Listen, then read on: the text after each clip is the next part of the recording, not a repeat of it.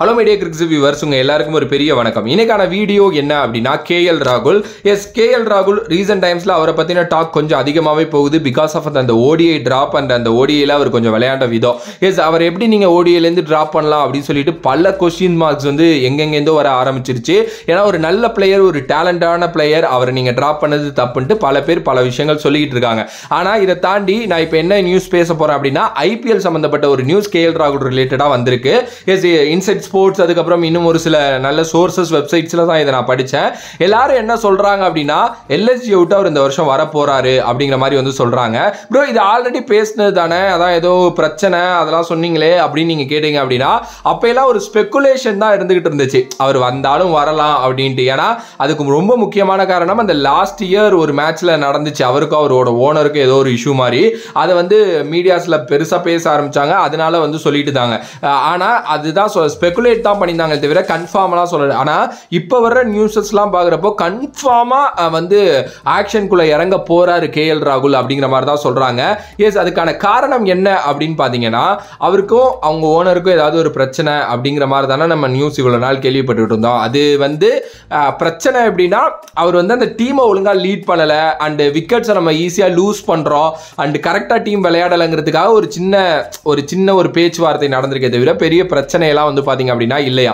அதை தாண்டி பர்சனலாக அவருக்கு வந்து பார்த்தீங்க அப்படின்னா எல்எஸ்ஜியில் இருக்கிறதுக்கு பிடிக்கல. ஸோ எல்எஸ்ஜி அவரை ரிலீஸ் பண்ணலை, அவரே ஆக்ஷனுக்குள்ளே வரணும்னு ஆசைப்படுறாரு. மேபி அவரோட ஃபேவரட் டீம் எதுக்காவது போகிறதுக்காக இல்லை யாராவது அப்ரோச் பண்ணியிருக்கலாம் அப்படிங்கிற மாதிரி நியூஸஸ் பரவலாக பேசப்பட்டுக்கிட்டு இருக்கு. என்னைய பொறுத்த வரைக்கும் வந்து கேஎல் ராகுல் மாதிரி ஒரு பிளேயரை ஆக்ஷனில் வர்றாரு அப்படின்னா எந்த டீம் வேணாலும் கண்ணை மூடிட்டு பிக் பண்ணலாம். ஒரு சிஎஸ்கே, மும்பை, யார் வேணாலும் உங்களால் எவ்வளோ பிட்டிங் அமௌண்ட் போட முடியுதோ போட்டு 15 கோடியோ 16 கோடியோ 13 கோடியோ கன்ஃபார்ம் 10 கோடிக்கு மேலே, அது எவ்வளோலாம் எனக்கு தெரியல, ஒரு நம்பர் கொடுத்து அவரை வாங்கலாம். ஆனால் வாங்கி என்ன தெரியுமா தப்பு பண்ணுறாங்க, கேப்டன்சியை தூக்கி அவர்கிட்ட கொடுத்துட்றாங்க. ஓகே, ஸோ கேப்டன்சி கொடுக்குறப்ப என்ன ஆகும் அப்படின்னா இப்போ நீங்களே சும்மா ஒரு டோர்னமெண்ட்டில் கேப்டன்சி பண்ணுறீங்கன்னு வைங்களேன், நான் இதை நிறையா அனுபவிச்சிருக்கேன். நமக்குன்னு ஒரு ப்ரெஷர் கண்டிப்பாக இருக்கும். ஏன்னா நம்மளை நம்பி ஒரு டீம் இருக்குது, நம்ம இவ்வளோ பணம் கட்டிட்டு உள்ளே விளையாட வந்திருக்கோம். ஸோ கண்டிப்பாக நம்ம நின்று பொறுமையாக விளையாடணும்னு சொல்லிட்டு நம்ம விளையாட ஆரம்பிப்போம். ஆனால் நம்ம அப்படி காட்டுற ஒரு விஷயம் இருக்குது பார்த்தீங்களா, அந்த டீமே பேக் ஃபயர் பண்ணி விட்டுரும். ஏன்னா நம்மளோட நேச்சுரல் கேம் நம்மளால ஆட முடியாது, கேமை எடுத்துட்டு போகணும்ட்டு நம்ம ஒரு விதத்தில் ஆடிக்கிட்டு இருப்போம், கொஞ்சம் டென்ஷன் ஆயிடுவோம். இது மாதிரி நிறைய பேக் ஃபயர் வந்து ஒரு நல்ல கேப்டனா உங்களால லீட் பண்ண முடியலன்னா இருக்கும். ஓகே, அது வந்து கேஎல் ராகுலுக்கு அப்படியே இருக்கு. கேஎல் ராகுல் it's not a best captain, அதுல எந்த ஒரு கரெக்ட் தான், அதுல எந்த ஒரு டவுட்டுமே வந்து கிடையாது. அவர் ஒரு பெஸ்ட் கேப்டன்லாம் கிடையவே கிடையாது. அண்ட் அவர் வந்து கேப்டன்சி லைட்டா பண்ணுவாரே தவிர அவர் அந்த ப்ரெஷரை எடுத்து போட்டு கொட்டிக்கிட்டு அவரே வந்து பாத்தீங்க அப்படின்னா அவுட் ஆகிட்டு இது மாதிரிலாம் வந்து பாத்தீங்கன்னா வந்துருவாரு. ஓகே, அது எண்ட் ஆஃப் த டேல டீமுக்கும் அது கரெக்டா அமைய மாட்டேங்குது அப்படிங்கிறது தான் உண்மையான விஷயம். அவர் பஞ்சாப்ல இருந்தப்ப இதுதான் நடந்துச்சு, அவர் வந்து கேப்டன்சி நல்லா பண்ணல, அதனால அவரோட கேம் பாதிக்கப்பட்டுச்சு. அதுக்கப்புறம் எல்எஸ்ஜிக்கு வந்து அதுதான் நடந்துச்சு. இப்போ இந்தியன் டீமோட T20 சைடில் அவர் இல்லவே இல்லை. கேஎல் ராகுல் மாதிரி ஒரு பிளேயர், ஒரு கிளாஸியான பிளேயர், முரளி விஜய்க்கு அப்புறம் நான் பார்த்த ஒரு கிளாஸி பேட்ஸ்மேன் இந்தியன் டீம்ல யார் அப்படின்னா அது வந்து கேஎல் ராகுல் தான். அப்படிப்பட்ட ஒருத்தர் வந்து ஒரு ஃபார்மேட்டே ஆட மாட்டேங்கிறாரு, இன்னொரு ஃபார்மேட்டில் அவரை டிராப் பண்ணுறாங்க. இப்படிலாம் நடக்கிறப்ப எனக்கு ரொம்ப வருத்தமாக தான் இருக்குது. காரணம் அந்த கேப்டன்சி ஆசை. எனக்கு என்னன்னா நான் அகைன் சொல்கிறேன்ல, இப்போ எடுக்கிற டீம் வந்து அவரை கேப்டனாலாம் போடவே கூடாதுங்க, தூக்கி ஒரு பிளேயராக உள்ளே போடுங்க, ஒரு விக்கெட் கீப்பராக மாற்றுங்க. அவருக்கான ரோல் என்ன, உனக்கு ஓப்பனிங் வேணுமா, நம்பர் 4 வேணுமா, நம்பர் 3 வேணுமா என்னன்ட்டு அவர்கிட்ட கேட்டு அவர் என்ன சொல்கிறாரோ அந்த ரோல் ஆட வைங்க. நீங்கள் அப்புறம் பாருங்க கேஎல் ராகுல் யாருங்கிறது உங்களுக்கு தெரியும். கேஎல் ராகுல் மாதிரி கைண்ட் ஆஃப் பிளேயர்ஸுக்கு ஒரு விஷயம் செட் ஆகலை அப்படின்னா அதை விடுறது தான் நல்லது. ஆனால் அது அவரும் விட மாட்டேங்கிறாரு.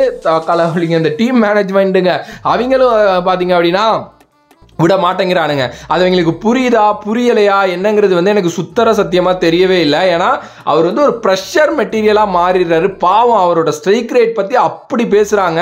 இந்தியன் டீம்லையும் இடம் போகுது, என்னடா இது அப்படிங்கிற மாதிரி தான் இருக்குது. கேஎல் ராகுல் இந்த வேர்ல்டு கிரிக்கெட்டில் எந்த ஃபார்மேட்டாக இருந்தாலும் எந்த பிளேயிங் லெவனாக இருந்தாலும் இருக்கக்கூடிய ஒரு பிளேயர் தான் அவர். அதை நீங்கள் அக்செப்ட் பண்ணிக்கிட்டாலும் சரி பண்ணிக்கலனாலும் சரி. ஆனால் அவர் இப்போ ஆக்ஷனுக்குள்ளே வர்றாரு அப்படின்னா எல்லா டீமும் போட்டி போடுவாங்க.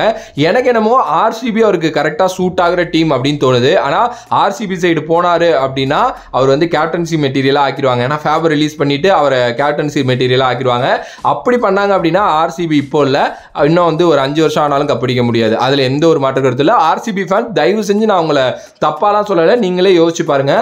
கேஎல் ராகுல் கேப்டனாலாம் வந்தால் நல்லா இருக்குது. மேபி விராட்டை கேப்டனாக போட்டு ஒரு சரியான ஒரு டீமை ரெடி பண்ணுங்க, விராட் உங்களுக்கு அந்த கப்பை அடிச்சு கொடுப்பாரு. இல்லை யாராவது நல்ல சக்ஸஸ்ஃபுல் கேப்டனை போடுங்க அப்படின்னு தான் நான் சொல்லுவேன். பார்க்கலாம் என்ன நடக்க போகுதுன்ட்டு. ஆக்ஷன் ஒன்று வந்துட்டாருன்னா அவர் ஆர்சிபிக்கு தான் போவார் அப்படின்லாம் கிடையாது, எந்த டீமுக்கு வேணாலும் போகலாம்.